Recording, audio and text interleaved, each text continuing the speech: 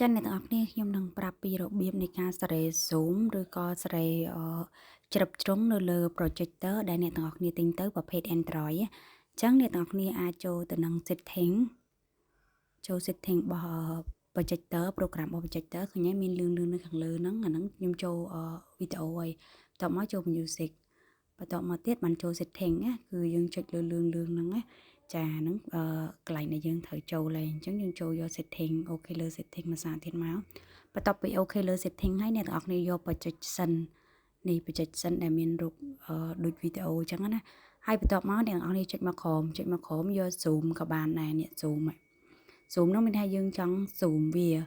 ទូចធំអញ្ចឹងណាប៉ុន្តែបើសិនជាបងគិតថាអត់ចង់ zoom ទេអាច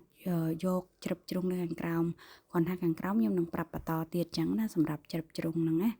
ចានេះគឺយើង zoom បន្ទាប់ពីចេញពី zoom ហើយយើងចូលជ្រឹបជ្រុងអញ្ចឹងយើងអូខេមកក្រោមយក manual keystone នេះអូខេលើ menu keystone ហ្នឹងមកគឺយើងចង់ជ្រាប4ជ្រុងអញ្ចឹងយើងចង់ជ្រាបជ្រុងណាអូខេលើជ្រុងហ្នឹងលើក្រោមឆ្វេងស្ដាំចូលអីគឺតាមហ្នឹងហើយបើសិនជាបងចង់ក្លាប់រូបអីគឺយើងចុះមកក្រោមទៀតបានក្លាប់រូបណាអានេះខ្ញុំ zoom ហើយបើសិនជា zoom ជ្រុងហ្នឹងអូខេហើយយើងចុចមកម្ខាងទៀតដើម្បី zoom ចុចចូលជ្រុងមួយណាដែលយើងគិតថាត្រឹមបានប៉ុនផ្ទាំងរបស់យើងហើយគឺងាយស្រួលមែនតើសម្រាប់ប្រភេទសេរីនេះ